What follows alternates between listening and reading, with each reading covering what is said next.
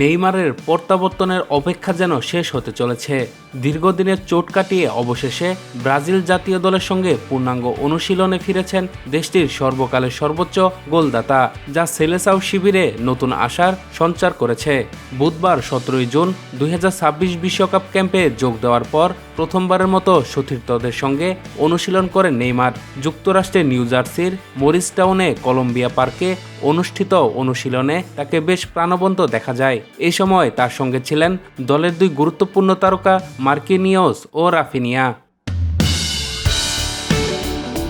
অনুশীলন মাঠে উপস্থিত সাংবাদিক ও আলোকচিত্রীদের দিকে এগিয়ে গিয়ে মজার ছলে নেইমার বলেন, আমাকে মিস করেছো।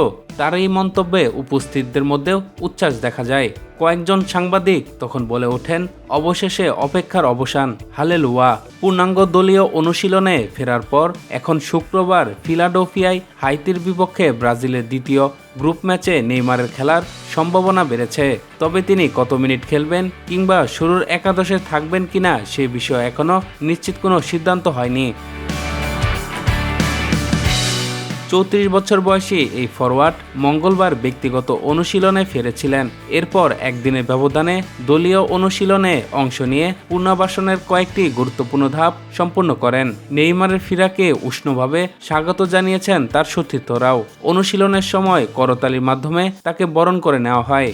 এমনকি মজার ছলে ইনিশিয়েশন টানেল তৈরি করে তাকে অভিনন্দন জানান ব্রাজিলের ফুটবলাররা। বিশ্বকাপের গুরুত্বপূর্ণ সময়ে নেইমারের ফেরার খবর ব্রাজিল সমর্থকদের জন্য নিঃসন্দেহে বড় স্বস্তির। এখন দেখার বিষয় হাইতির বিপক্ষে ম্যাচে মাঠে নেমে তিনি কতটা প্রভাব ফেলতে পারেন।